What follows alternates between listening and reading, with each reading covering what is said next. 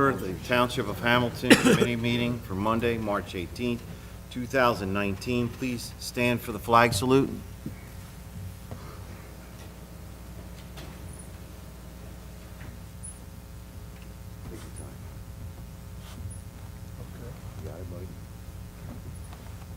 you like to lead us with flag salute?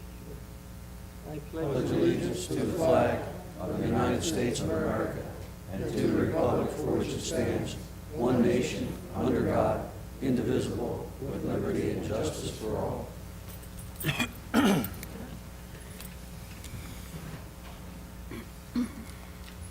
Adequate notice of this meeting has been provided pursuant to the New Jersey Open Public Meetings Law by posting a notice of this meeting on the bulletin board in the municipal building and by publication in the Press of Atlantic City on January the 10th, 2019, and the Atlantic County Record on January the 16th, 2019. Mr. Gishard? Present. Mr. Kurtz? Here. Mrs. Link? Here. Mr. Silva? Here. And Mayor Schenker. Here. We have a moment of silence for private reflection.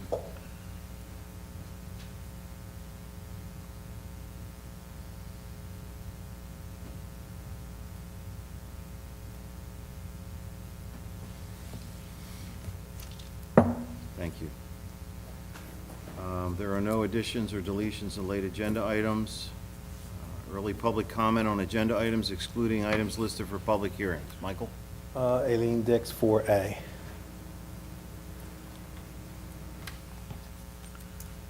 Good evening. I'm glad to see the reaction to the trees at the coves were looked at last week. I did speak with them at the fence. I've been doing more research I want to bring to your attention regarding your topic for tonight. My OPRs, the records I have received from the town, the beach inspector's job description was originally approved March 5th of 2007 by the Township Committee. It was revised after the subcommittee meeting, the Cove Subcommittee, and that was in the May 17th, 2010 minutes. And it was that beach inspector was, the position requires 18-year-olds, and I'm not sure if I made that point last 2 weeks ago or not. But to be a beach inspector selling beach tags, you have to be 18 per the job description. The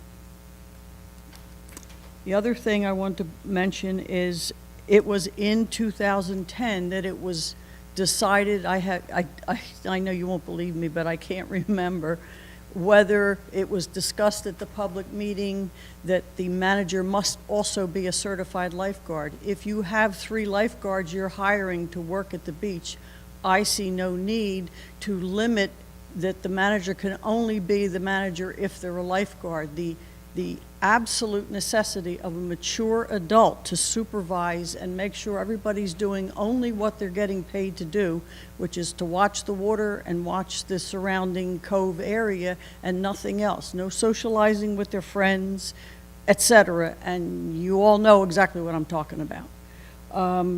I would like to know, are you considering adopting what I'm referring to as rules for conduct for the employees assigned to the Cove? And I refer you to the Egg Harbor City Lake,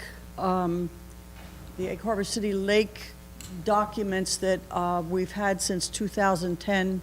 I'm sure that they could be checked again to see if they've been updated in any way. One of the requirements is cell phones get locked in lockers over there. They're not to be in the lifeguard stands.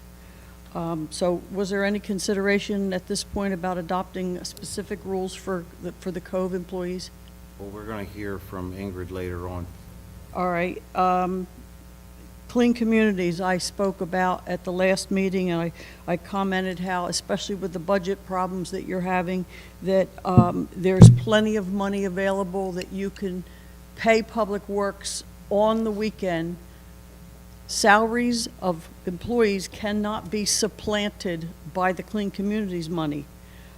So it's okay for the overtime on the weekend, but you can't pay them Monday to Friday in their 8-hour workday. You cannot use Clean Community money for that. The financial statement online that I could extract numbers from was December 2017, there was a $123,000 balance Another $71,000 was the grant for 2018. That puts you at around $194,000. There's no records online at this time that I can tell you of the $194,000 that was available in 2018, how much of it was spent. I know about $13,000 was spent for labor. I saw $9,000 or so for trash cans, maybe for War Memorial Park, but not for the Cove.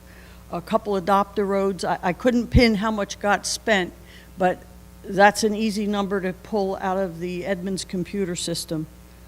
So I would like to see, as much as possible, maximize that Clean Communities money to operate what you can operate in the guidelines of that jurisdiction of the Clean Communities program.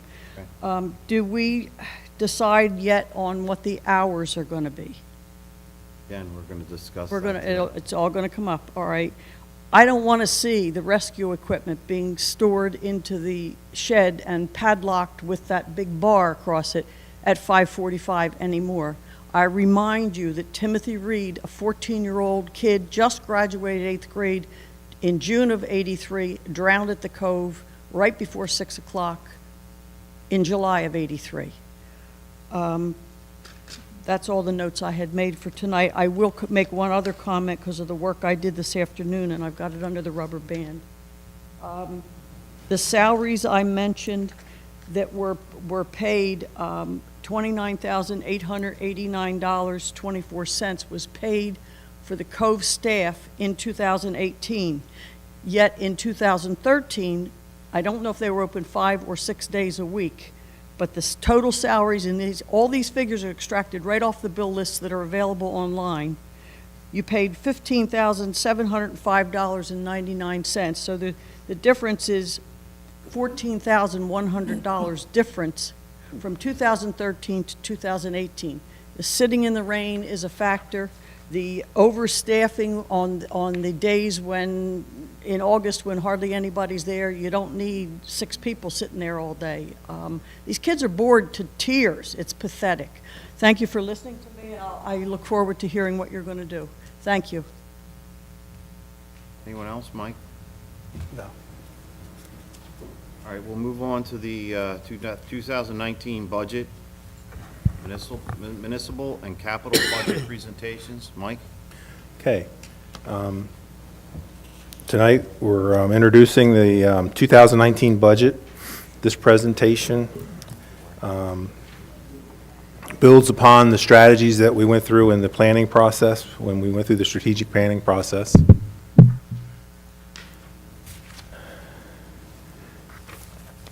In this presentation, we're going to describe the use of tax dollars, local tax dollars. That's the township's taxes. This slide indicates that 54 cents out of every dollar goes to the school districts, 18 cents goes to the county, and 28 cents goes to Hamilton Township. That changed 1 penny. The school districts went up 1 penny this year, actually in 2018, while the county went down 1 penny. We stayed the same in the comparison. So out of each tax dollar, the township gets 28 cents. During this presentation, we're going to go through a history and some comparisons. We're going to talk about how your tax dollars are spent, some recommendations from the Finance Committee, an overview of the budget, appropriations by categories, revenues by categories, and then there's a best practices slide. This year's budget in total, $28,077,510.19. This budget includes a 2-cent tax increase, which is offsetting. We lost over about $400,000 net when the Sears left and they appealed their taxes. Our tax revenues went down a net of about $400,000. So the 2 cents that we're adding puts back about $400,000. There's hardly any gain in tax spendable dollars. It's just a rate change to make up for what we lost in taxes and the appeal from Sears leaving the town. This slide shows, for comparison purposes, we removed the Tavistock capital funds. That's a one-time expense that's in here that has really nothing to do with the budget. It's monies for doing the road improvements in Tavistock. It's collected from a bonding company. So for a better comparison, I removed that for this slide. And you can see that our budget is up about $250,000 total.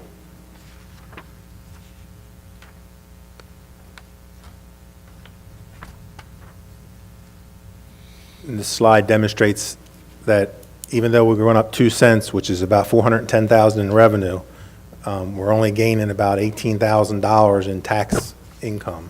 So the local taxes that we collect are going to remain just about the same as they were prior year.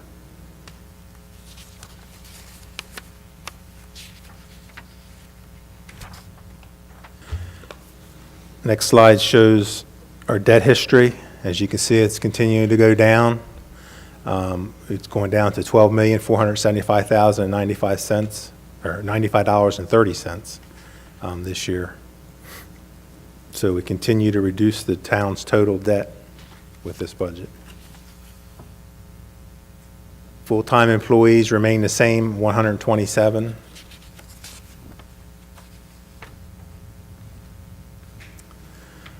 This slide is to demonstrate how your tax dollars are spent in the budget. An average home is assessed at $161,127 and will pay $1,423 in township taxes.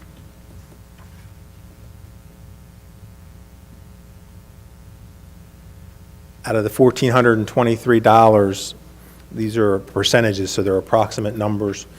Public safety will get $854 of that, which is just about 60% of the budget goes to public safety.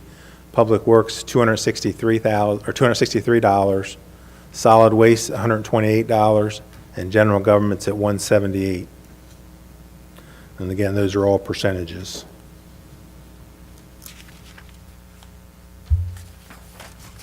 Our next slide shows what's included in public safety, which is our police protection, fire protection, rescue squad, Office of Emergency Management, municipal court, animal control, and LoSAP are all part of what's accounted for in the 60% of the budget.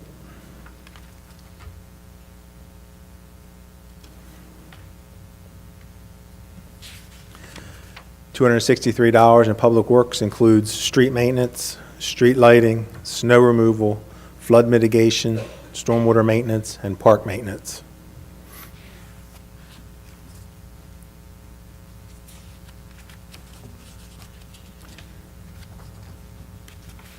Under solid waste, this includes garbage collection, landfill fees, recycling, and yard waste collection.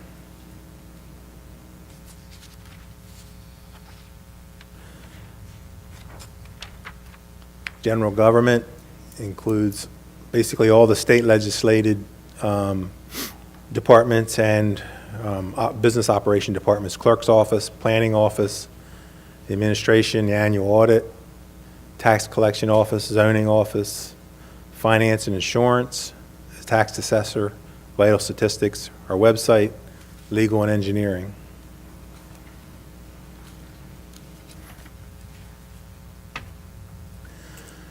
This is an important slide that shows our use of surplus.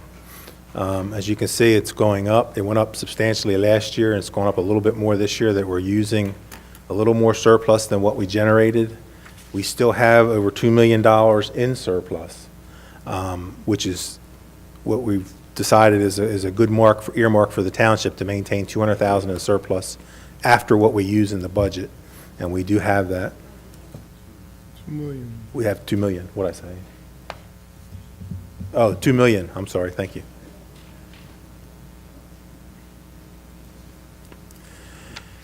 There's a few one-time projects in this budget. A vehicle for the planning department, a van for the court, that's to transfer prisoners. Fire department, chief's vehicle. It's the last one. We've been buying one a year. This is the 5th one. Washer room for the turnout gear. We did receive our washer and dryer last week that we purchased finally. Came in, so this is to build the room to house it. MIS computer equipment, $65,000, and a vehicle for the housing department, $30,000, for a total of $355,000. Just for a point of comparison, last year, we had about 1.2 million in one-time projects in the budget. This year, it's down substantially because that money is being used for pension increases, salary increases, and things in the operating budget. Our pension went up $250,000 this year. What did the health care go up?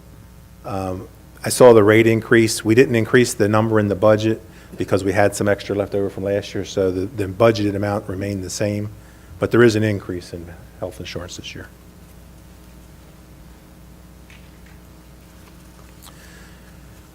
We continue to monitor our total debt.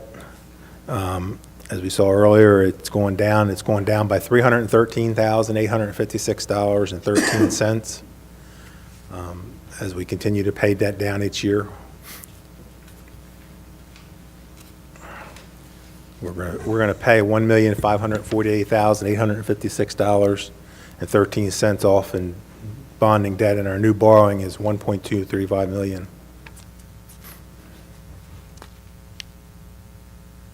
This budget continues our pay-as-you-go program. The housing and planning vehicles and the court vehicles are $135,000. Fire company equipment includes the new room for the washer and dryer for the turnout gear of Chief's vehicle, and the new equipment for each department gets $20,000 each in new equipment. Emergency equipment, this is back in the budget. It was out last year. We put it back in this year is to purchase the money for half of a new fire truck and half of a rescue squad vehicle.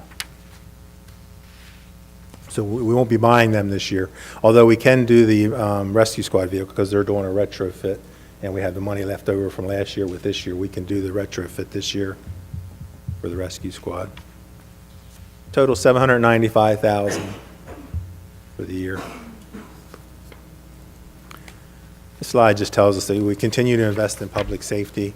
We're buying emergency fire equipment, rescue equipment, police vehicles.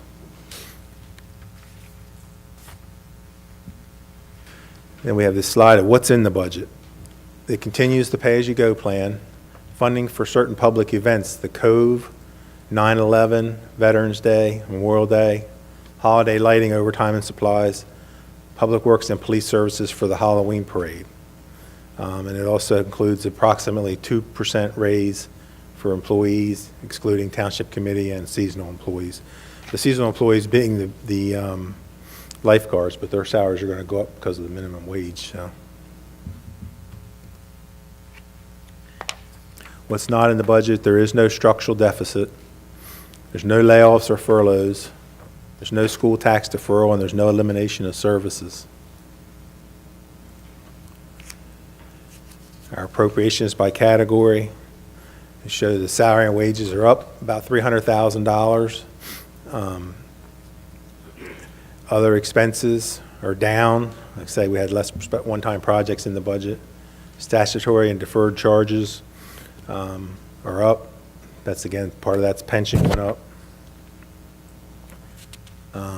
State and federal grants, about the same. Capital without grants, this year it includes the fire truck and the rescue squad that I mentioned earlier, the vehicle there. So it's $480,000. Debt service is up slightly, and reserve for uncollected taxes is down slightly. We tweaked the collection rate up just a little bit. So collection rate needs to continue to be as good as it has been. And our revenues by category, surplus, as I mentioned earlier, $3,932,737. Local fees and permits, $2.5 million.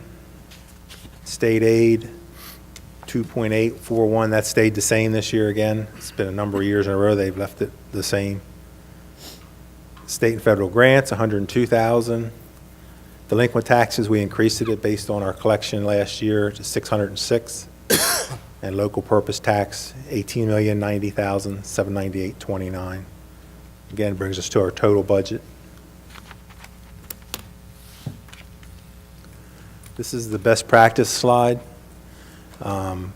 Shows it has to have at least a 3-year comparison, and 2 years going forward is showing us that next year's budget is going to be as difficult, if not more difficult, than this year's budget, based on our projected expenses. And then the year after that, it's going to be even more difficult. So it's going to be challenging times ahead to balance the budget.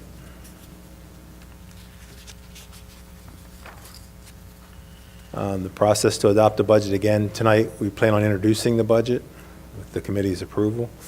There'll be a public hearing on April 15th, and if there's any amendments, and then, of course, adoption of the budget on April 15th. Happy to answer any questions. I think we never anticipated the number of appeals to taxes. There was rumblings for a while that Sears was going to close, and it became a reality. And as soon as that happened, they challenged it. Now, we know that JCPenney is going to close July 5th, I believe. There's already, I think, in a process now, appeals.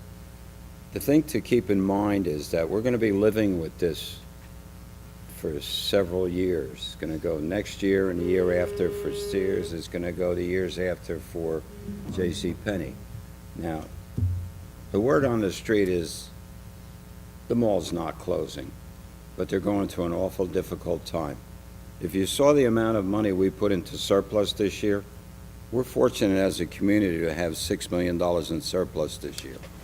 To be able to hold the line as well as we believe we did, because, and I think the mayor will tell you, we struggled with these numbers, and we went back and forth with them, didn't we, Art? Yes, we did. It was one of those situations where, how do you have that much surplus and you can't give it back to the residents? The other question is it good to put all your surplus in to keep the taxes down to nothing and then you have no surplus? I think we've learned over the years that things happen quickly in this community when they do. I think the derecho caught us pretty tough back in 10, did $1 million worth of damage. Fortunately, we got $0.75 of a dollar back on each one, so $1 million, it cost us $250,000. But there's other catastrophes that could hit us, and I think a prudent person would want to hold $2 million in reserve. It makes good common sense to hold it. As far as the other things, there's a lot of situations out there we would like to do everything we possibly can, but we're working with a limited amount of dollars. The other thing you got to keep in mind is that both the Great Egg Harbor and the Mainland School District, between the two of them, got almost $1 million in state aid this year, so that was up. But they're going to feel the impact also of the tax revenue down as a result of what happened to Sears. So there's many things that hit you while you're looking at this budget. And I think, every time we sat with Mike and Dorothy, and, we'd ask, can we, it raised another question. And we still want to fund public safety the way that we feel it should be, especially in light of the way things are going in the area. We try to do what we can when we can, but obviously everybody's wants somehow are becoming needs, and that's difficult to work with. So I just hope that you can look at those numbers. You got a copy of it. The budget probably will be introduced tonight. If you have any questions, have any suggestions, whenever you hit the lottery, if you want to help subsidize this, we appreciate it. So, but we'll make it through with your support. Anyone else? I just want to make a comment that I want everybody to understand. You heard the mall cost us $400,000. That's not accurate. We had credit from last year's taxes that we had to give to them, and when you credit back taxes, we pay that. So the county's portion and the school board's portion, we pay it back. So that credited back came out of our budget from last year that we put aside to help protect ourselves from this. I think there was a good job done negotiating this out to minimize the impact, but as you can see, there's still an impact. We're somewhere in the neighborhood of between $800,000 and $900,000 it's cost us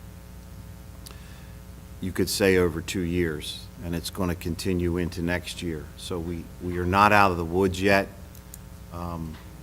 J.C. Penney closing is not good. It's going to continue to cause them woes, and again, they're going to turn that problem into our problem. Not that they want to, but I think that they have to. So this is something that we have to deal with up here. I'm personally not happy with what I see here. It's not the road we were on. You know, not too long ago, we were paying down debt at a clip of $500,000 and being able to take care of all our needs. And this year, we had to get very creative to make sure that we can take care of the public safety part of this. It's very expensive to keep these vehicles on the road, to keep the police and the fire with what they need, and the ambulance. So as much as you want to just turn it off and say, okay, we're not doing any of this year and we'll be okay, it's not the case. You just can't do that. We did a little bit of it last year to try and minimize the blow, but this year we're actually doing what we have to do because of what's coming next year. So once again, we're taking a more defensive posture, and in the long run, we'll probably be better for it. Right now, it's, you know, it's a decent budget, but any budget that has a tax increase in my book is not that great. So we did the best we could with what we had to work with, and try and meet the needs of everybody in the township.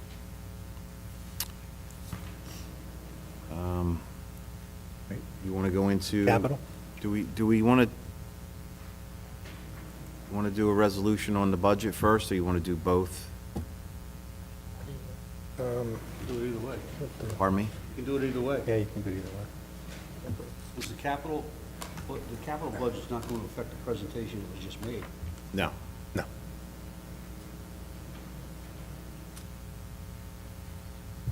No, you can go ahead and introduce it. Do a resolution now? Yeah. All right. So we have a resolution to introduce the 2019 budget and to set public hearing for April 15, 2019. I'll make that motion. Second. I'll second. We have a motion and a second. Rita, could you give me a roll call vote, please? Mr. Gishard? Yes. Mr. Kurtz? Yes. Mrs. Link? Yes. Mr. Silva? Yes. Mayor Schenker? Yes. All yes and carried. Mike Jacobs will now present our capital budget.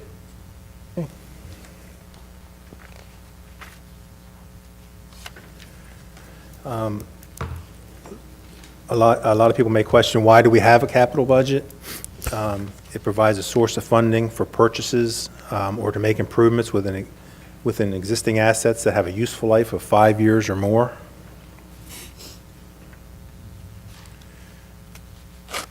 Will this year's capital budget increase the township's total debt? No. The proposal is borrowing $1.3 million, but we're retiring $1.52 million in bonded debt. So we're paying off. It's in net numbers. These are gross numbers. These include our down payment as well, but it's about $313,000 that we're paying off when you go to net numbers. And our projects this year include road paving and patching, $400,000. Lake Lenape Dam, $190,000. 2 license plate readers for the police department at a cost of $30,000.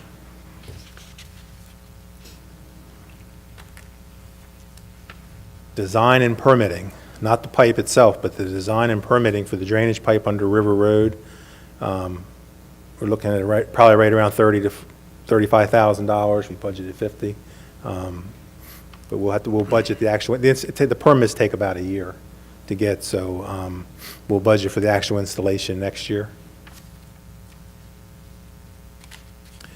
A large winged mower. This one on the picture doesn't have the wings on it, but it's a very large mower. It's not this little one that's in the picture. It's for mowing the parks. Firefighter turnout gear, We budgeted $100,000, that's $20,000 per department. They allow them to buy between 4 and 5 sets of turnout gear in each department this year. They wanted to start it, they requested this in their budget request to begin to replace the existing turnout gear. We also need to complete the radio project now that our radio systems is improved. We want to go ahead and buy the rest of the radios for the fire department at $165,000. We moved the police vehicles from the operating budget to capital. They are buying 5 SUVs, so they are allowed to be in the capital budget. $325,000, that's fully equipping them, and Mike, explain why that's a larger vehicle. but it's for safety. We've had a number of accidents where our vehicles have been getting hit while on duty, and this is, the chief has recommended we purchase the larger vehicles for officer safety. That's why we're moving forward with this.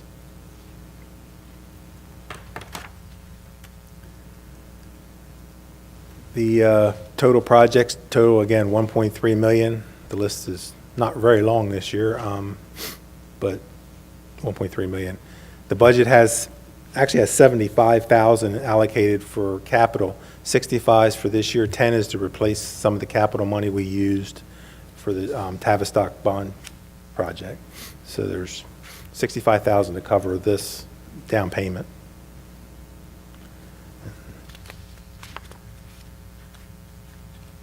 And again, we want to introduce the ordinance tonight with an adoption date of April 15th at our 2 meetings from now with the committee's approval.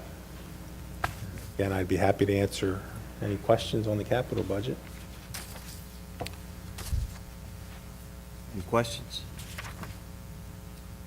Roger, Rodney? Questions?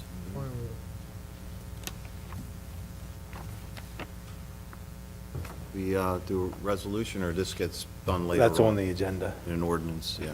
All right. All right, so that's the presentation for the budget.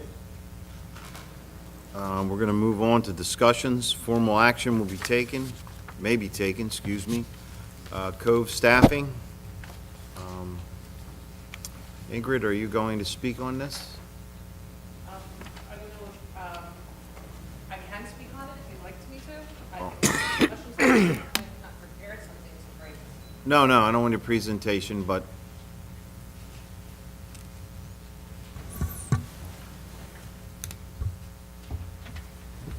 Ingrid, before you start, I think Ms. Dix was talking about the fact of the amount of staffing that's going to be there, lifeguards at all Correct. time, Yes. the ages, okay, the cove manager and the age. We probably shouldn't discriminate in age at all, but the fact that they're looking for someone who has the experience to speak with an authority type of a voice if someone has or needs to be explained why they can't do that, okay? Correct, yeah, I guess. And, I think the other thing I think she brought up, is that correct, Aileen? The use of cell phones. Okay. so I guess my first question would be is, as was brought up earlier, do we have rules that these workers follow? Well, Is there a set rules just for the code? There are some rules that are just for the Cove. There's some money handling rules. There are rules about how to handle emergency situations, and there are rules about what to do in case of a thunderstorm. But we also have a seasonal employee packet that we give out, and all employees are bound by the rules that are in our employee handbook as well. Okay, so after tonight, you would start the process of hiring? Is that how this all works? Yes, usually between So Mary is and there I. time for us to review that employee handbook to see whether, or the summer help employee handbook, not the whole thing? To that. Yeah. We actually need to start the hiring process. We're a little behind now. We can still review the handbook. Yes, that's what I mean. I don't want to stop the process, but I'd like to see what's in there and to see if there's something that we can add that may Sure. take care of some of the problems. Yeah, there'll be time. One thing I'd like to mention and correct something, the job descriptions no longer require committee approval. There was an ordinance change, and they're approved by me Okay. or by your administrator. Last year, we received no applications for anyone 18 years or older to operate the beach badge checking positions. So I changed the job description to lower it. Okay. So it is not in the job description anymore that it has to be 18 For the beach badge. for the beach check. badge checker. Right. The cove manager has to be at least 18. Our Yes. cove manager was 18. Lifeguards have to be 16, and our lifeguards are at least 16. Mhm. So those are state laws. So I think I mean, in your opinion, is there an issue with the age of the manager? Do we need to try and get somebody a little older? Well, I don't know that you could specify age, first of all. Second of all, second of all, I was comfortable with, and I was down at the Cove a lot last summer, probably a little bit more than I have been in past years because we had a person who was 18. But I've watched several managers come in at 18 and grow from a lifeguard or from a beach badge checker and then into a management position there. We've handled it the same way every year. If there's something that needs to be addressed, we address it. Okay. So I was comfortable. Okay. My concern would be that the manager's position, whoever's in that position, is fully aware of all those regulations that are out there, or whether we need to look at it and maybe add a few or change something, because they have to be responsible to be there on time themselves to set the example for the other employees. So if the cove manager isn't going to be there or not there until the time that they're supposed to be at night, I can see a situation developing where it kind of looks bad for the employees that are under him. Certainly, and I can understand that, and definitely going into it this year, we will again emphasize to whoever is the day manager, those points and others that, we need to be timely and, if I notice a problem, I address it. And I am down there on a daily basis and on weekends all summer. Okay. Did you address the problem of the staff coming in later than they should have? Well, we had a couple of occasions of that, and I addressed it at that point Okay, with the entire staff. okay. Eileen, has there been any requirement of having a first aid vehicle with the staff on there when, let's say, on a very, very heavy, busy weekend to be around? No, we have not had that requirement in the past. All of them are trained and CPR certified. We have all of the right medical equipment that we need to have at the Cove per the beach public bathing laws. We could consider it. We had a very busy 4th of July weekend this past year. Very busy, unanticipated completely. So it's possible we might want to look at that for that day or any other day, that some day that we're having something in town, hometown celebration, if we expect a large crowd. We try to track when groups call and ask about coming. I try to track that. I put it on a calendar. I give the information to the manager so they know ahead of time if there's going to be a large group, and they can schedule accordingly. Okay. But certainly, I'm willing to consider anything you'd like. Okay. Where's the overflow parking go? We have put, we only had one occasion to use overflow parking, and we had put them into the county park lot, Okay. with their permission, of course. We You have advised them. valet? No valet, sorry. Ingrid, are you required to, by state rule, are we required to have a defibrillator there? Yes, we are. And is there a certified person to operate that? I'm thinking that, and I can check, I don't know off the top of my head if when you are CPR certified, you're taught to use a defibrillator, but I can find that out for you. I don't know. Okay, thank you. How about the cell phone issue? Can you have them, check their cell phones with the supervisor, have them put them in a lock? Certainly, they're told not to have their cell phones with them in the towers, but if you'd care for me to make an arrangement like that, I can certainly do that. That's not a problem. Yeah, just so there's one central phone that if there's a problem, you can get a hold of them. Well, there's a central phone that we keep for the day manager, and then we have two-way radios for communication between the manager and the lifeguards on the stands. Yeah, because we did that at the skating rink. We take their phones when they come, and we give them back when they leave. Making those arrangements, if you'd care for me to do that, that's fine. Okay. Any other questions? Two other points I'd like to make two other points on this, if I could. One was the question of not having the Day Cove manager be lifeguard certified. Our attorney recommends that we maintain the lifeguard certification. Our labor attorney has recommended that as well. Also, if you want to change the beach badge checker back to 18, I can do that if the committee directs it to be done. I just don't know if they will apply. Right. And that would preclude some of our returning staff from having those jobs this summer. Okay. But I certainly can we do can it if have- that's what you want to do. We can But have a I don't know conversation. if we'll be able to open. It's been successful. Well, in my own opinion. Okay. Anything else? Any other questions? Thank you. Thank Andy. you. Appreciate your help. So we don't have to do an approval here on this co-staffing? It's all Now you already authorized it at already the in your last hands? meeting. We just had a little discussion here. All right. So I think it would be a good thing for us to review the rules and just go over them and maybe have a conversation about, some of the, I know sometimes things don't get looked at for a long period of time and a lot of things change and people change, so. We'll make sure everybody gets a copy. Okay, thank you. Number 5, public hearing and option of ordinances. There are none.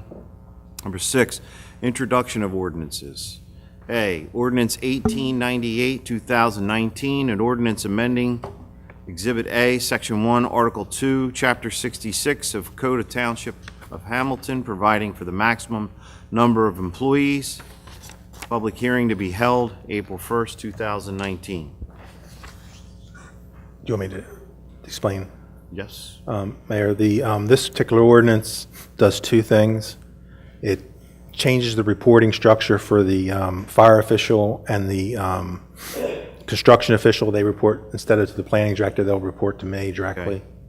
And it also changes the job description, or the job title and salary for the operations public works supervisor position. Okay, Those are the two changes. all right, very good. We want to move the introduction? I'll make a motion to introduce ordinance number 1898-2019. Second. A motion and a second. We do a roll call, Rita? Mr. Gishard? Yes. Mr. Kurtz? Yes. Mrs. Link? Yes. Mr. Silva? Yes. Mayor Shanker? Yes. All yes, and introduced.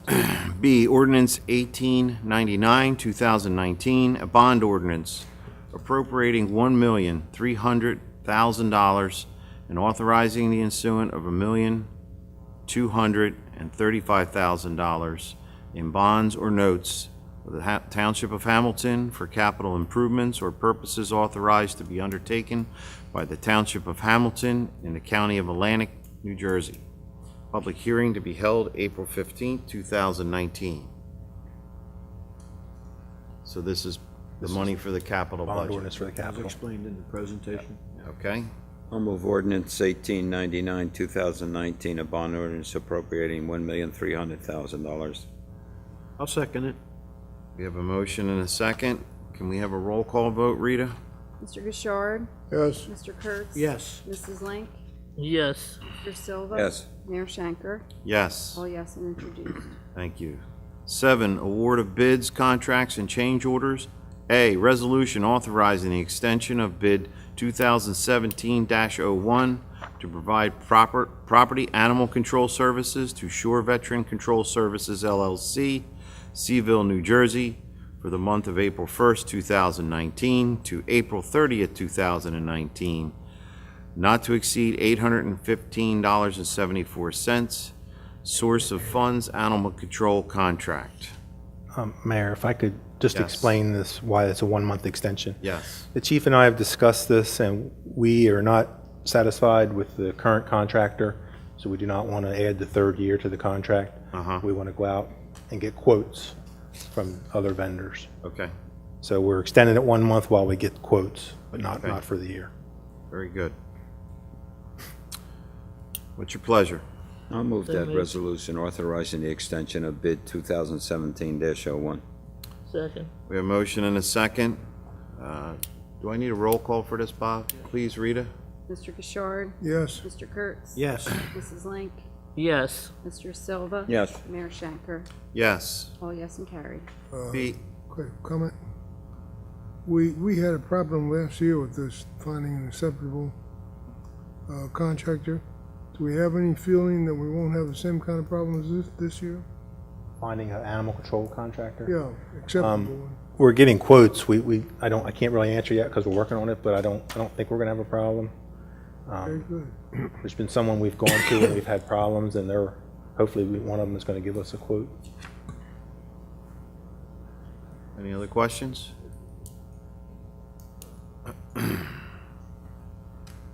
B, resolution authorizing the purchase of two 2020 International Cab and Chassis under New Jersey State Contract 79123 T2787 from Bucks County International Cab and Chassis for an amount not to exceed $159,540. Source of funds, General Capital Ordinance. I'll move that I'll resolution. second it. Mike, these vehicles are for Public Works? Yeah, dump trucks. Are two big dump trucks that we Okay. use for salting and plowing. The chassis are rusting out pretty heavily. And we are refitting them rather than buy new vehicles. So the chassis will be new. We use the salt spreader body on the Right. new chassis. Yeah, Okay. we were out to the yard and seen them, and that's a good move to do that this way, I think. I agree. All right, we have a motion and a second. Any other questions? Rita, can we have a roll call vote, please?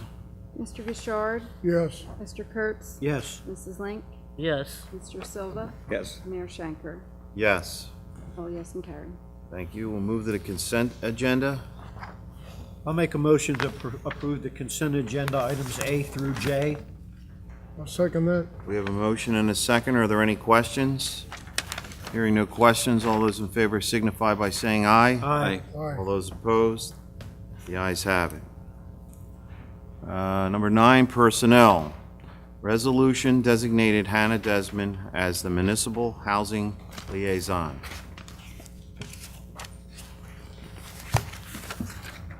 I move 9A. Second it. We have a motion and a second. Are there any questions?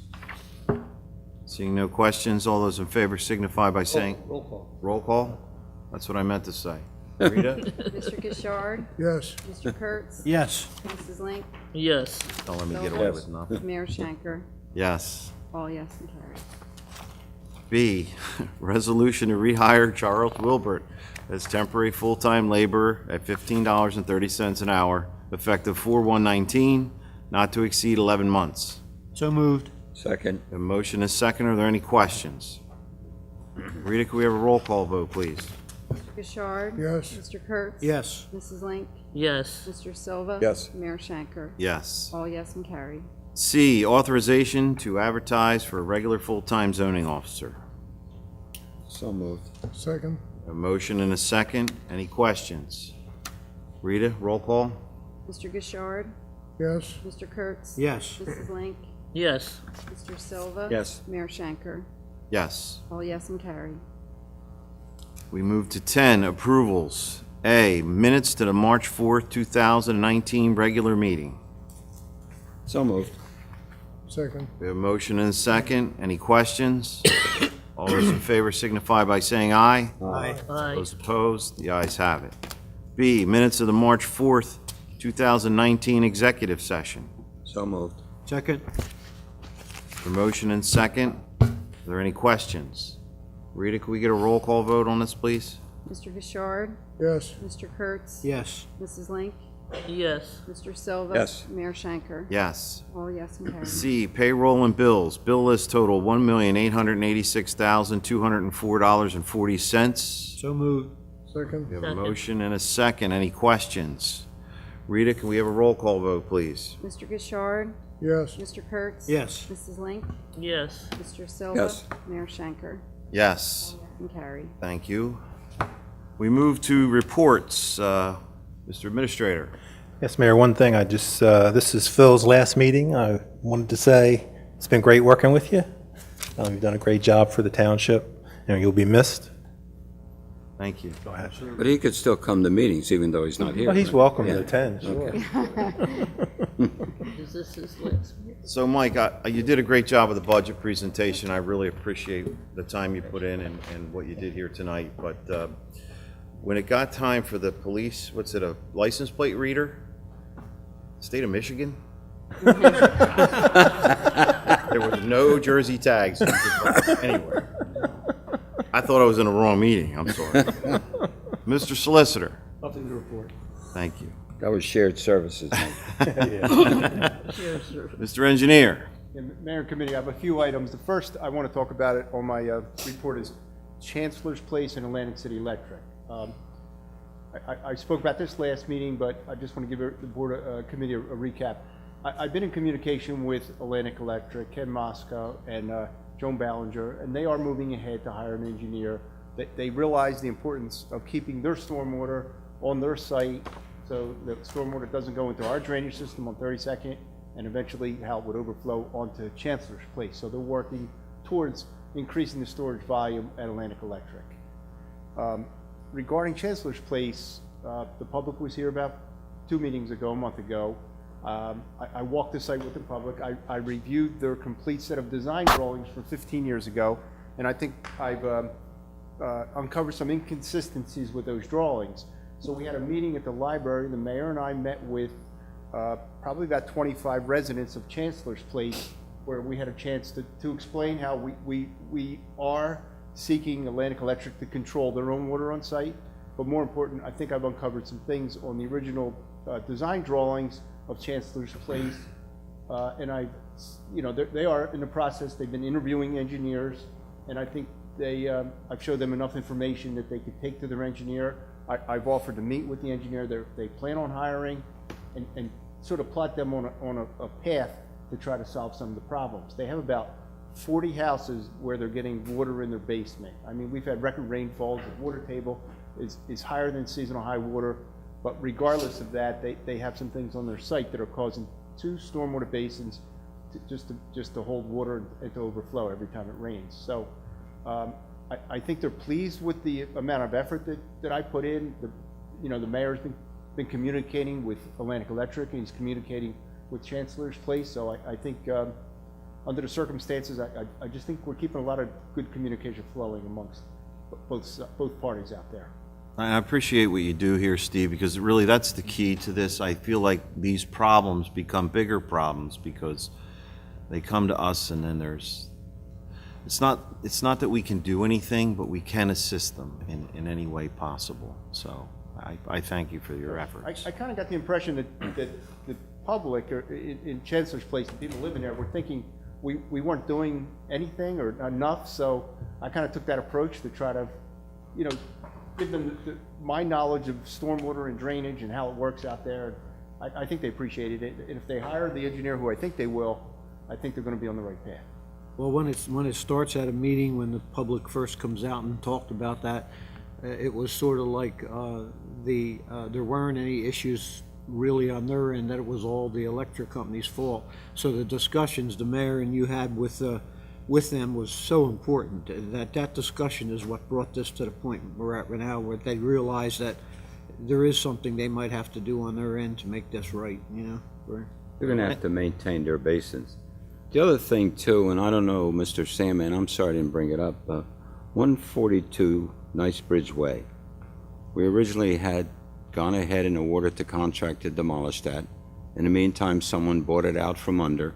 They were going to do something to it. Now it sits there. When can we get that place demolished? It's an eyesore. If I lived in there, I'd I be... agree with you. I'll start the process tomorrow. Pardon? I will start the process tomorrow. Good. You assigned it to Colin. That'll make them feel like there's also things happen. That's been going on for 5 or Warren for 6, an maybe update. 6 years now. I'll take care of it. Okay. Yeah. Thanks, Bob. We don't have complaints. The second item I have is Main Street. I've talked about this a number of times. Main Street with the manhole that's a Verizon manhole. Bubbling water? Bubbling water, continue. So I spoke to Tom Reber, the engineer for Verizon. He is, as soon as he secures an NJDOT utility permit, they're going to go to work on that. And they're going to do the repair properly. They're telling me about 2 weeks from now they should be out there doing that repair. So we'll keep an eye on it. You know, we've had some nights where the water running down the gutter line is freezing. We're getting a lot of cooperation on getting that Right. properly iced up. But I'm concerned if we don't take care of this soon, we're going to lose, you know, our new roadway that went in this you know, year ago. Yeah, exactly. Agree. Steve, would they require closing the one half of the road to do that work? For about a half a day, yes. Oh, half a day, okay. Will they perhaps give a little warning with some signage or something? I will have Wade Smith assist me with, you know, the proper traffic control on that, and we'll put the word out in advance. Great. It won't be a last minute. Yeah, all right, thank you. The other item, next item is Lenape Plaza. If you remember the driveway alongside of the car wash, The crater. your creator, Guy Tunney, did an adequate job repairing those two depressions, ruts. Now we have a third one that's showing up. It's a little bit out of the travel way, but it's sort of at the end of that driveway. If you come off of Route 15, when you make that turn to go to McDonald's, there's a rut there, and it's very irregular the way that's laid out, but that's actually owned, that rut is owned by Hardee's Liquor Store. Sir Jim Parmar actually owns that. The way all these properties were subdivided years ago, that actually falls on Sir Jim Parmar, the owner of Hardee's Liquor Store. So I'm in communication with him to get him to repair his portion of it. I wish we could do more. It's a private driveway and there's easements. Yeah.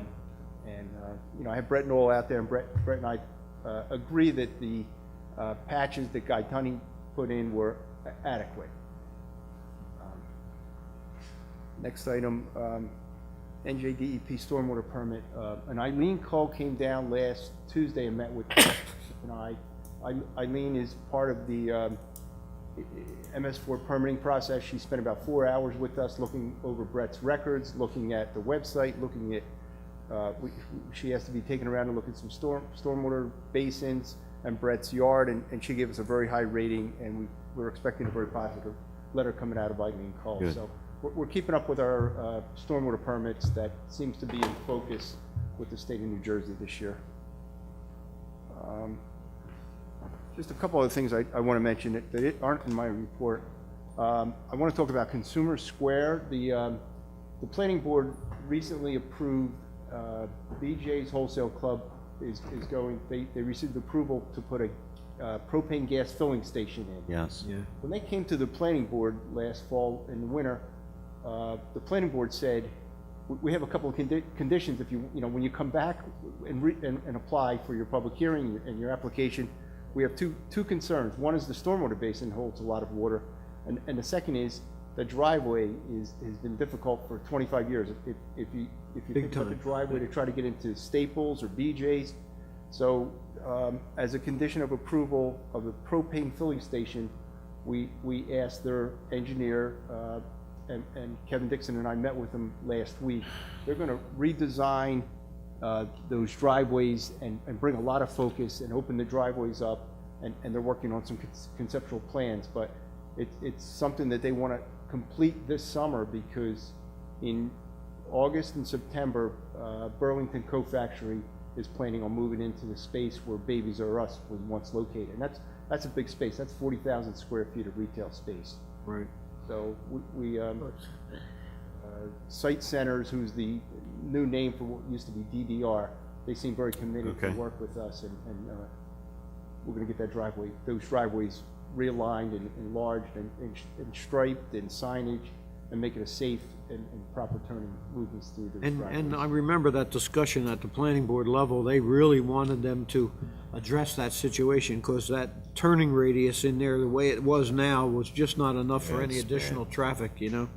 So that was a real smart move. It was good on the planning board to insist and Yeah. hold them to that, and I think it's a good thing.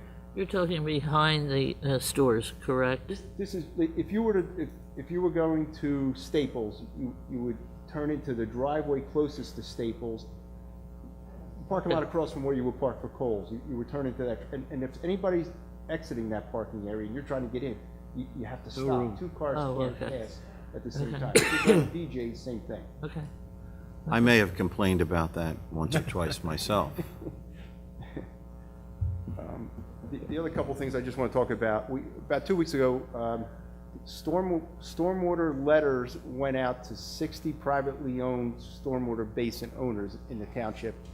Mike signed the letter, Mike Jacobs signed the letter. These are letters that tell privately owned basin owners that they have till May 1st to submit their engineering report on their stormwater basins. You know, they had to perform some inspections during the year. They had to clean them out. There's a checklist, and I've been contacted by 15 out of the 60, and I've given them all instructions about what specifically they need to do. So that's moving ahead. And the last thing I want to mention, I'm just looking forward to the little bit warmer weather because we have 2 projects that need to get completed. One is the 2018 road program that we have Right. 2 roads to complete, and the other is Tavistock. And I'm looking forward to maybe in a few weeks get started on as soon as Me the too. asphalt plants open up. I want to get started on Tavistock. Good. Very Steve, good. I have a question. What's the logic behind having a basin right on the corner of Cologne and the 40 to take the excess water in, but when the basin overflows, it puts it right back out on the roadway? I mean, isn't there anything, and I've noticed that in these last heavy rainfalls, it creates more of a condition, because as it is, that roadway up about several hundred feet always floods there. I mean, is there anything they can do? I could contact DOT. I could try. I could talk to DOT. It's terrible design. It Oh, doesn't work. Yeah. Okay, I know what you're saying. thank you, I will do my best. thank you. Any other questions? We'll move on to Township Committee members. Judy?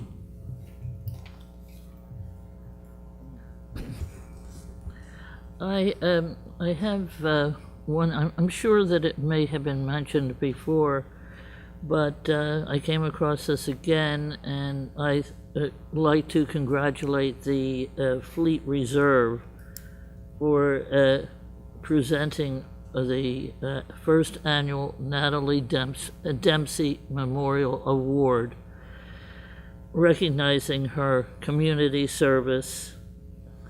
And I think this will be a yearly thing.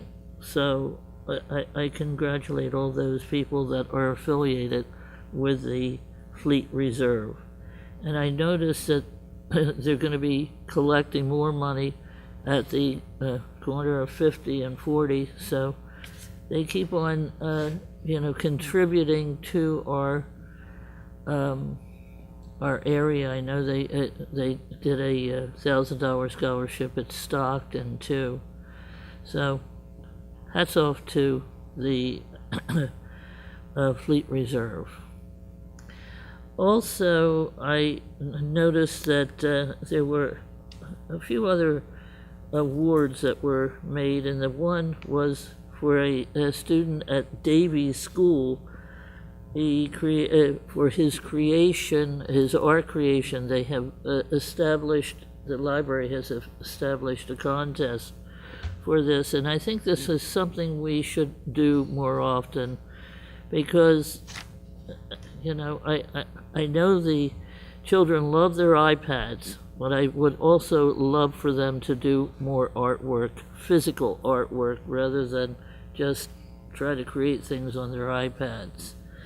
And also, there was an award given to a local person on a spelling bee. He's going to be going to a regional spelling bee. I didn't even know our kids could spell anymore because they're always on, always doing the texting, and it's a short, I did overhear someone at the bank say, I teach 7th grade, and it's getting harder and harder to get them to spell. So here we have something that will reward someone for, his efforts and her efforts. That's it. Thank you, Judy. John? I just would like to comment, the president of the Rotary Clubs and also the Mays Landing Merchants Association, they're both going to try to come in. They knew tonight was a budget presentation, so they just wanted to let us know that they'd like to come in and give us an update on what they have planned for this coming year in events, and kind of make a presentation. I told them that we'll get something in, one after the budget's done. Very good. Anything else? No, I don't have anything else. Roger? Yeah, I just have one item. Human trafficking awareness and is going to be a special event, and everybody's welcome. It's going to be held Saturday, March the 30th at 6 p.m. at the George Hess Auditorium. We hear a lot about this, and I guess people who aren't paying attention to it aren't aware of many different things, and I think it's a very important issue to, if you can, try to attend. I think I'm going to attend, and hopefully we'll all be enlightened. I am pretty proud of it, and I want to thank the administrator for the fine job he did, and the staff for, and the committee people for putting that together. I think it represents a good balance between the present and the future. I'd also like to thank Ingrid for the Cove effort.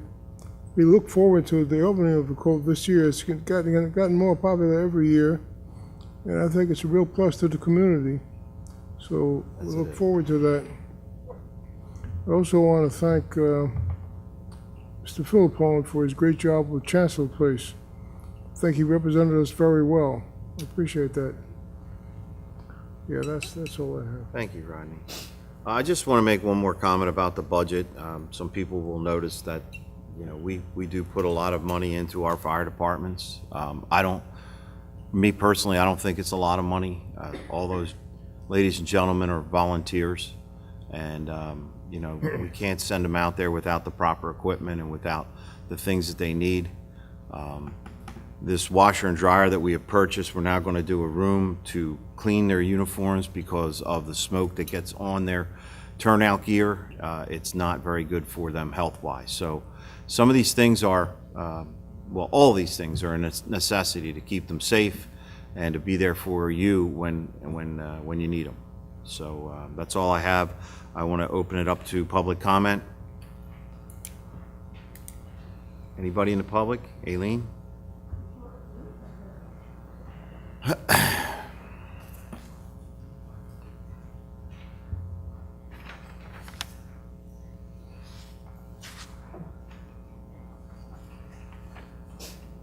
I think I spoke with all self-restraint weeks ago.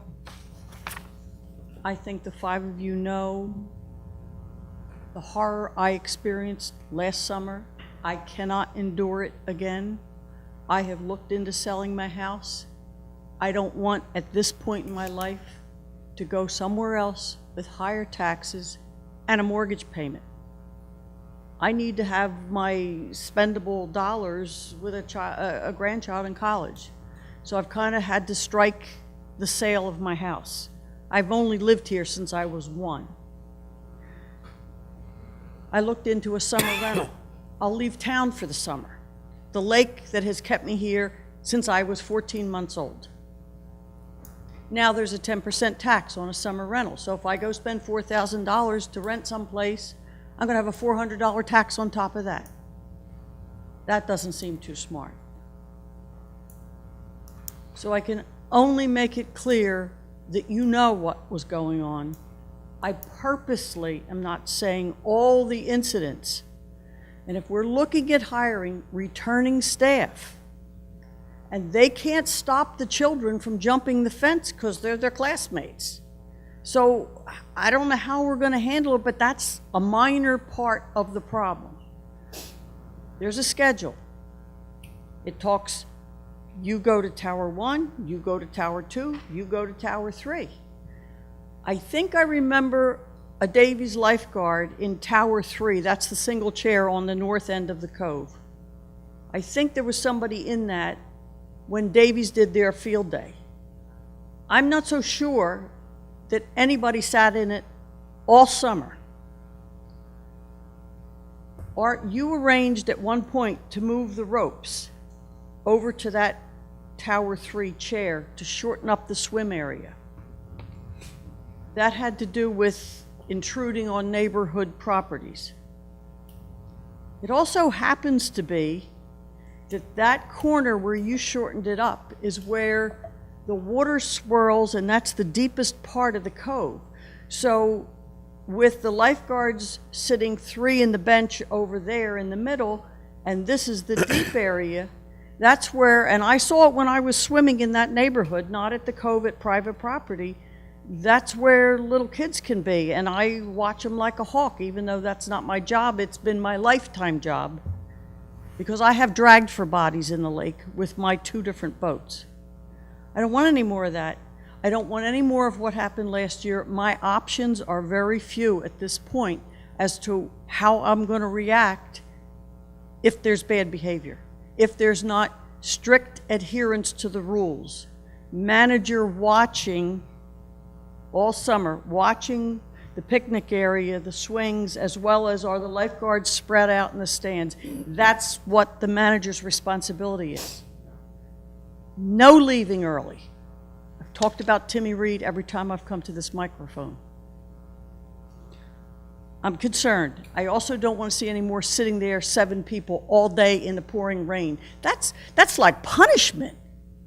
If you want to pay them, tell them to go home and pay them anywhere, but to torture them, sitting at a picnic table under a roof all day, that's ridiculous. And we stopped it in 2010. I think I've made my point. I have one new topic. And I don't know that, give me a second to pull it over. I don't know that any of you, Judy was in Pennsylvania, well, maybe not at the date of this document, but No. I'm going to go to this first. This is a Township Committee resolution, November 21, 1977. This is a mandatory, before you can issue a plumbing permit, that office has to get from the applicant a receipt from the MUA saying any and all fees due and owing to the MUA has to be paid, and a receipt, a document brought down here in order to get a plumbing permit. Didn't say the whole house, it said a plumbing permit. This 1977 resolution by 4-to-1 vote was caused by houses getting built in Harding Lakes. And after they were built and sold, the builder said, well, I don't have any money to pay MUA for my connection fees, so too bad. This is the result of the too bad, that you can't build without paying your fair share. So if you haven't seen this before, Rita can fish it out, November 21, 77, Rita. Either enforce it or rescind it at the next meeting. Why am I doing this right now? You probably saw Facebook. And I say it's an $800,000 issue. Now we'll go back to Judy wasn't here. I don't know where you were, Art, in 1988 to 1991. Rodney was right over in his house. The other 2, I don't know where you were either. Living in our houses. Yeah, but it doesn't mean you were right here in Hamilton Township. That's how I mean it. I came here That's in fine. '83, That's before fine. you. That's fine. The point is that the appellate court ordered this town to build a sewer trunk line, 7 million gallons, and shut off the sewer plant and take it to Atlantic City. That project was the coastal alternative, was over $20 million. I was the treasurer on that project.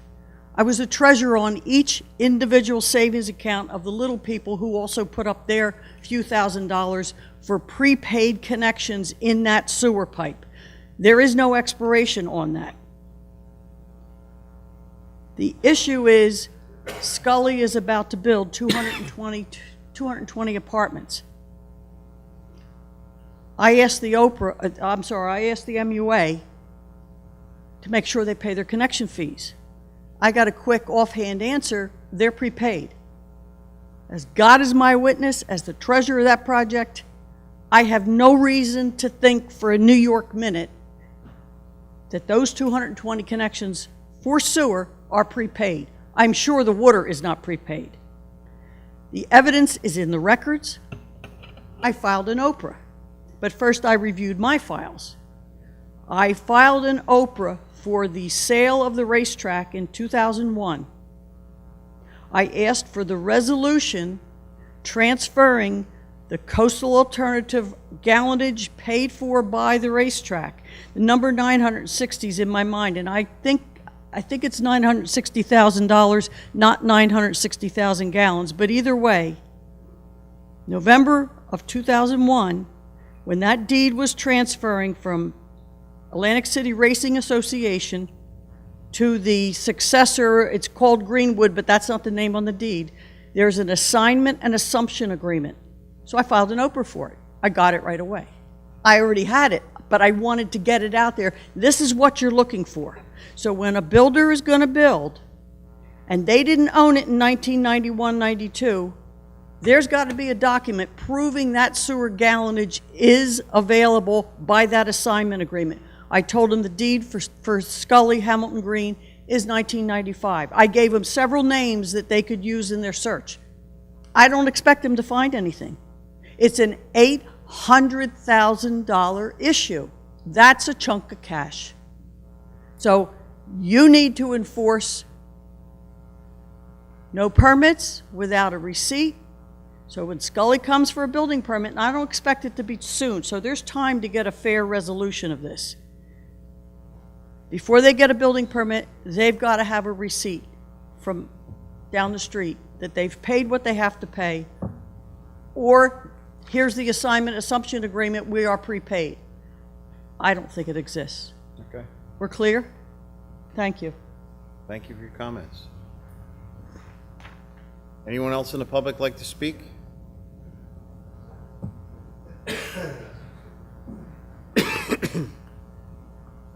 Caitlin Capaldi, 7342 Smith Avenue, Mays Landing. I don't really have a question. I just kind of wanted to comment that I've written you guys multiple emails. I've reached out to you. I had a lot of questions.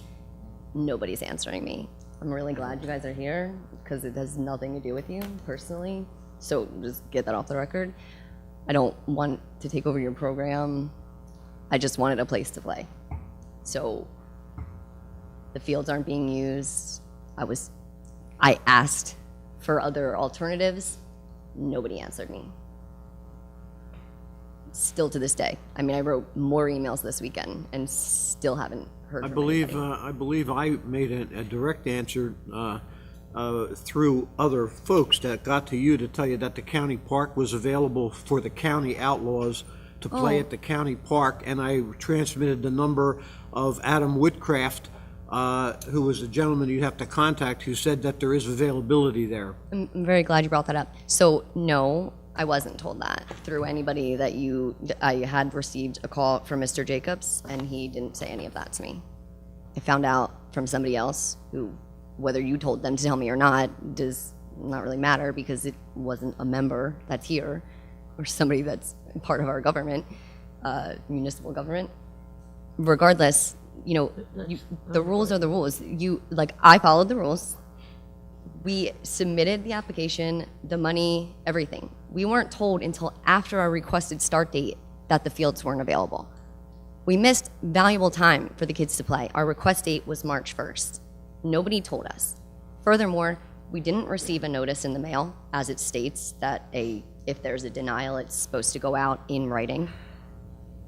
And then even when we did ask about the county park, we were offered the county park for this season only, at no cost, because they reached out to you guys and you sent them a denial notice. But I still haven't gotten a denial notice. So, I don't even know why we're not allowed to use the fields, because nobody's even answered the question. I hear that, they don't have availability. Okay, do you have a schedule? Because I drove by twice this weekend, took pictures of it with a timestamp, and only one field was being used. There's 6 fields. I asked about the Hardings Lakes fields. Mr. Jacobs told me they're using them. Those fields haven't been used in how many years? I asked about it, and you told me they use them for T-ball.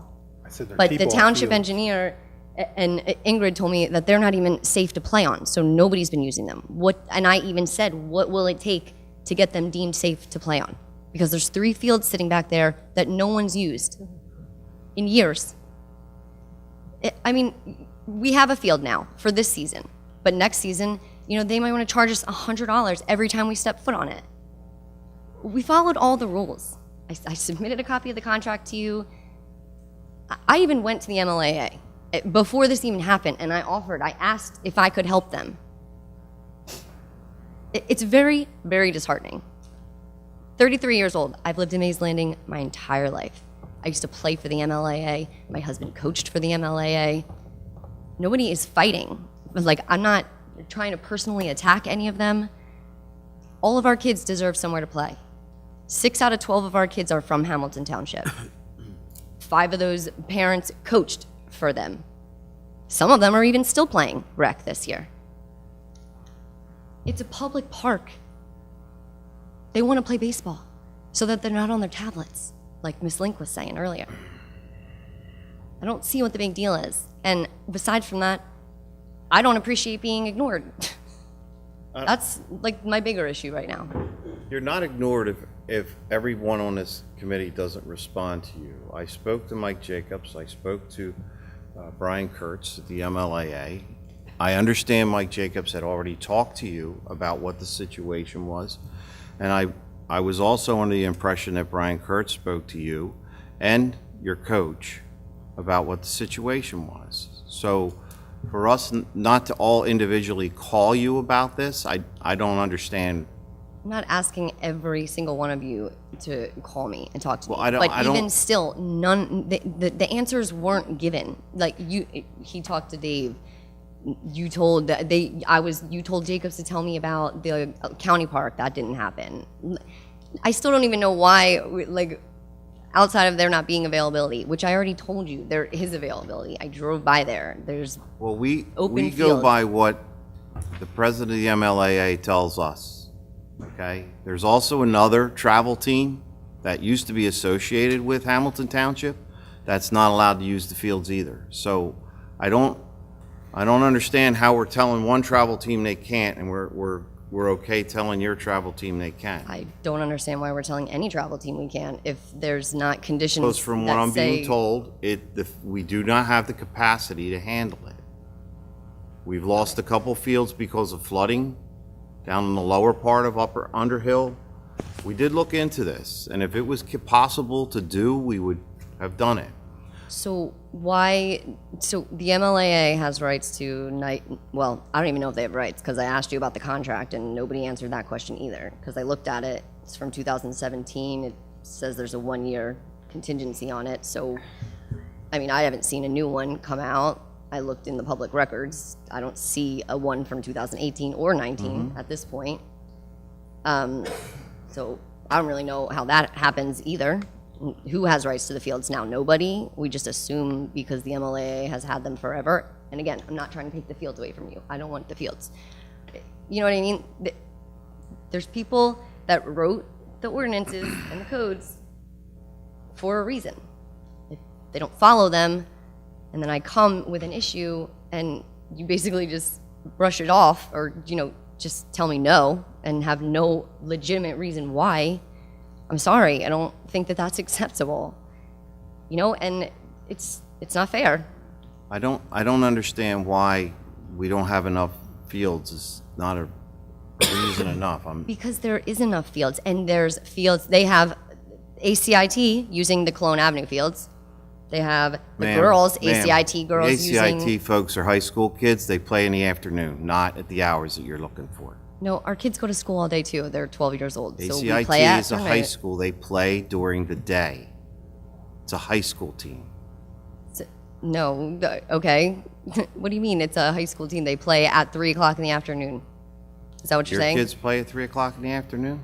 They play at 5. They don't have any play right now. They play whenever they can, and they don't want a Fields are available at field. the time that ACIT needs to use them. I'm sorry, what did you say? The fields are available at the time that ACIT needs to use the fields. They play earlier in the day. Do they play on Saturday and Sunday? No, they do not. We play on Saturdays and Sundays. Okay, that doesn't mean that we have availability for your team throughout an entire season. I understand your so? team also applied at Galloway and were told you could get 2 games in a year. Where were you playing last year? We played at Port Republic. Okay? And then we what share the happened field there? with 3 other people, 3 other teams, multiple teams, 3 other leagues, and they all Okay. have multiple teams.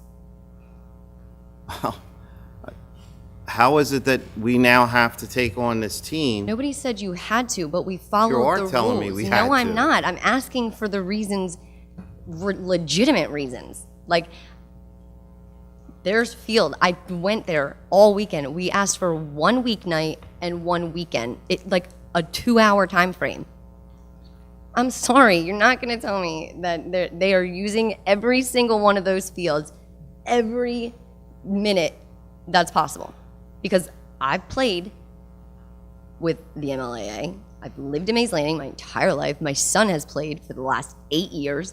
Never, I don't think I've ever been there, other than districts or a tournament, has every single one of those fields been being used at all times. Not once.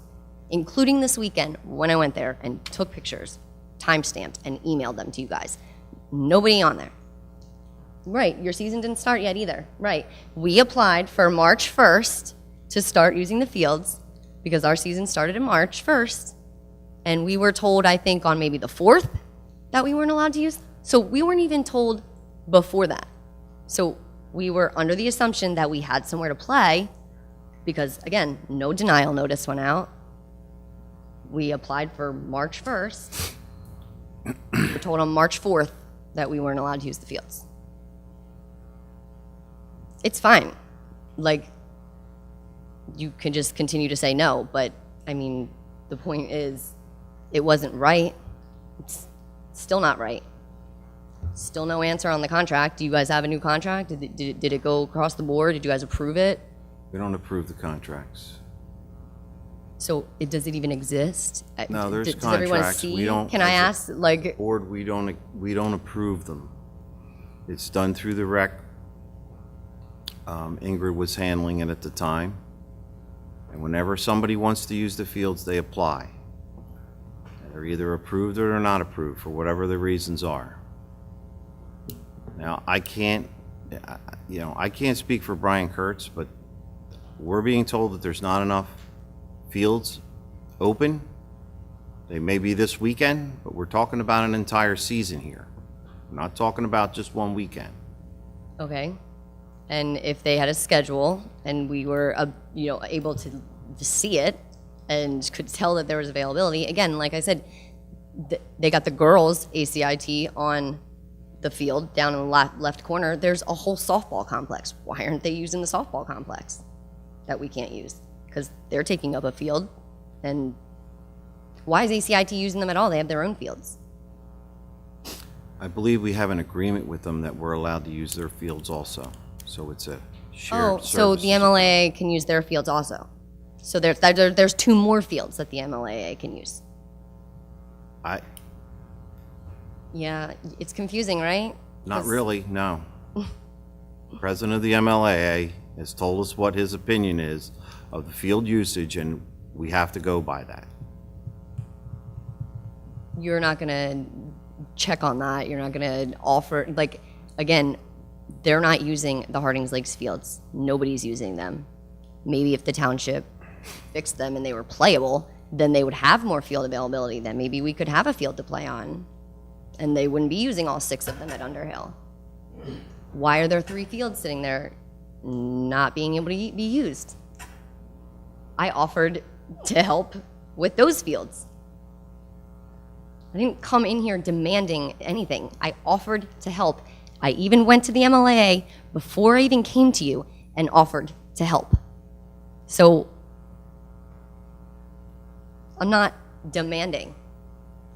I asked, and I expected respectfully someone to give me a little bit more than just no, too bad. 33 years I've lived in Mays Landing. I pay my taxes. My kid can't play. Just because everyone up there and in here just says no.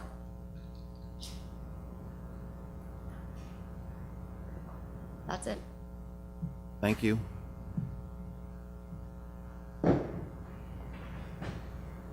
Anyone else? Brian, would you like to speak? Pardon me? No, go ahead. Hi, you guys know me. I'm Brian Kurtz, I'm the president of Mays Landing Athletic Association. I'm also a travel ball parent. Just to touch on Mr. Pauly's points that she made, she did reach out to me through Facebook Messenger, I believe, right?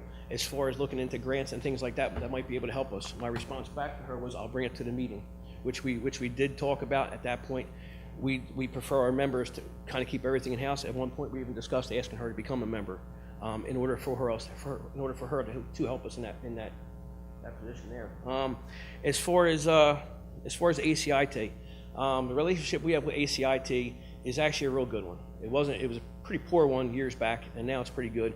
Their softball program does use our E-field. That's the far left one. That's our E-field. That's their E-field. They come down there and they utilize that. Their baseball program does use Cologne Avenue. No other fields, just Cologne Avenue. And in turn, anytime we have any kind of floods or anything like that down at the lower fields at Underhill, they let us use that. So we really have a really good working relationship. Plus the fact that you brought up a good point as far as their high school teams. When they're down there practicing, it's before hours that our kids would be. They're still in school. They actually do that through their school program. Our kids, the games and practices don't start till 5:45. Am I right, Tom? And I'm sorry, this is Phil Palmieri, who's the vice president of Mays Landing Athletic Association. He's also a travel coach and a travel parent. Anthony DeFabio, he's our commissioner for baseball along with his brother. Craig couldn't be with us. He works nights. He's trying to get some rest.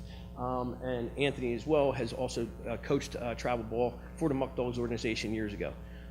As far as our point, as far as letting some of these travel teams come in, we're willing to work with anybody, but at the same time, with the fields down at Underhill, because of the situations we have down there, with the flooding of the lower fields and things like that, we need to be able to make a last-minute call. Okay, we need to move to A field.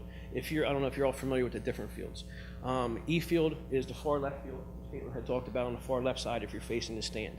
Then we have D field next to that. We have B field right behind the stand. We have C field on the right-hand corner where the playground, I believe, is, right?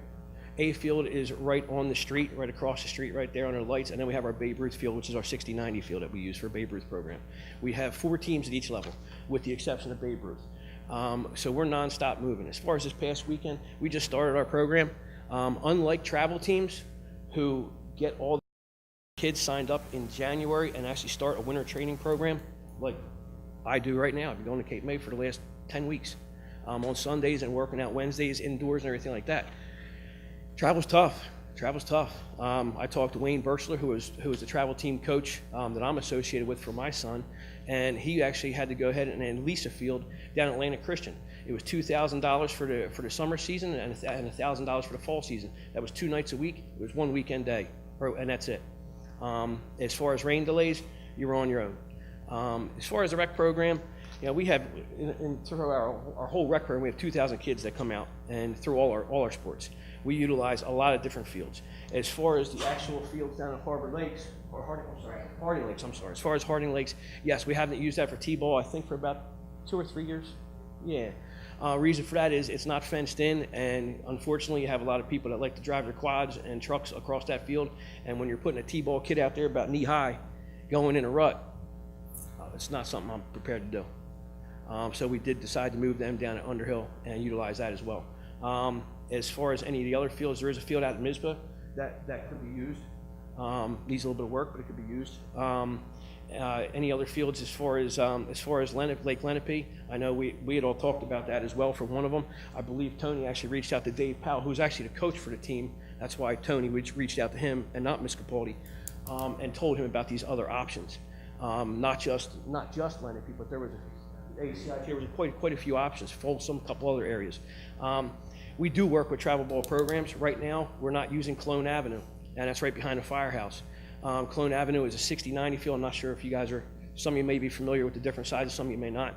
60-90 field is basically a 12U and up, right? 12U and up field.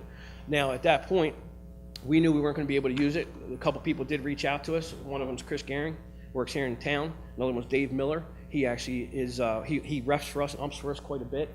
We also had Wayne Birchler, obviously, with the Muck Dogs.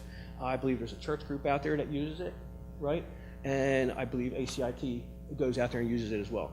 Now, because we're not using it, all we ask for Wayne is basically kind of taking the reins out there. And he's actually set up a schedule. He keeps us included in emails and texts between everybody, so we at least know what the schedule is. So if we drive by and see somebody using Do it, you use any of the school fields, Hess, Davies? no, sir.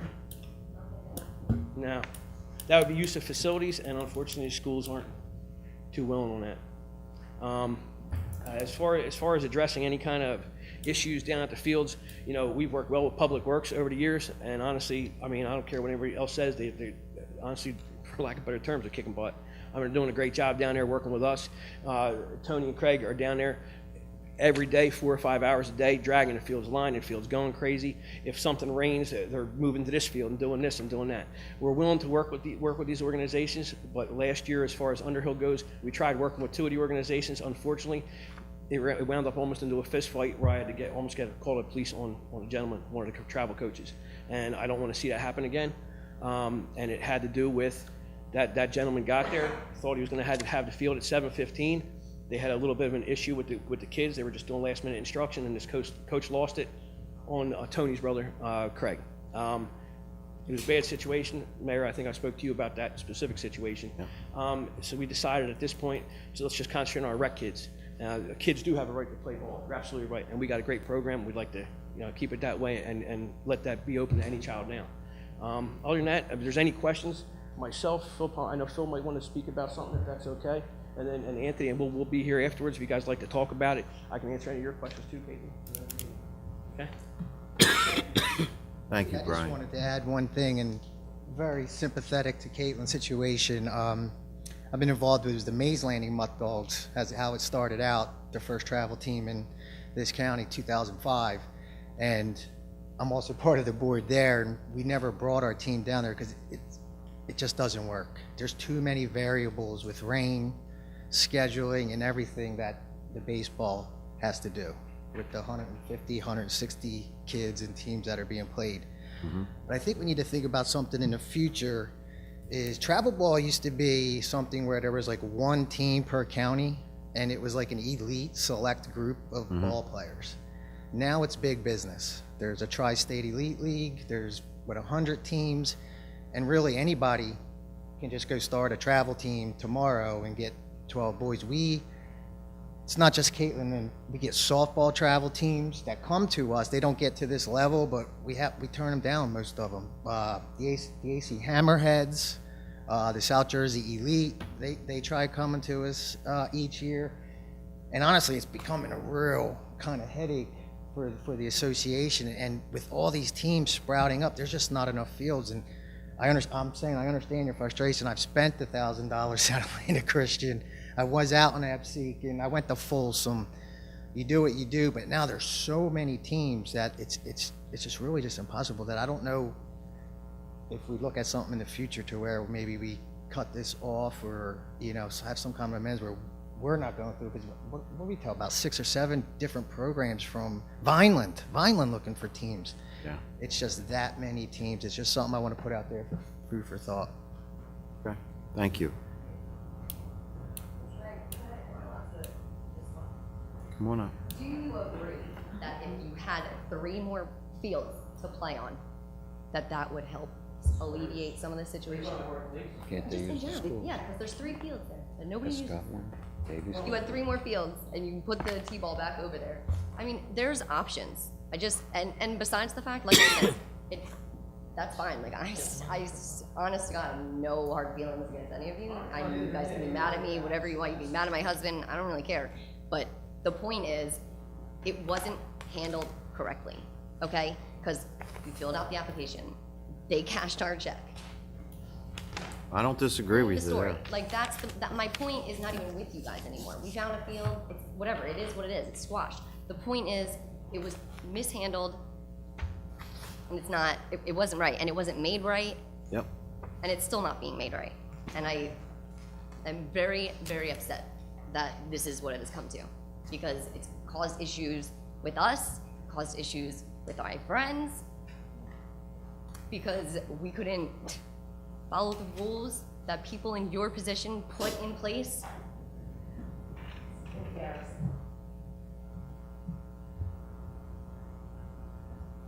Anybody else from the public like to speak?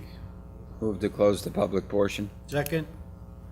A motion and a second to close the public portion. All those in favor signify by saying aye. Aye. All those opposed, motion for adjournment is in order. Motion to adjourn.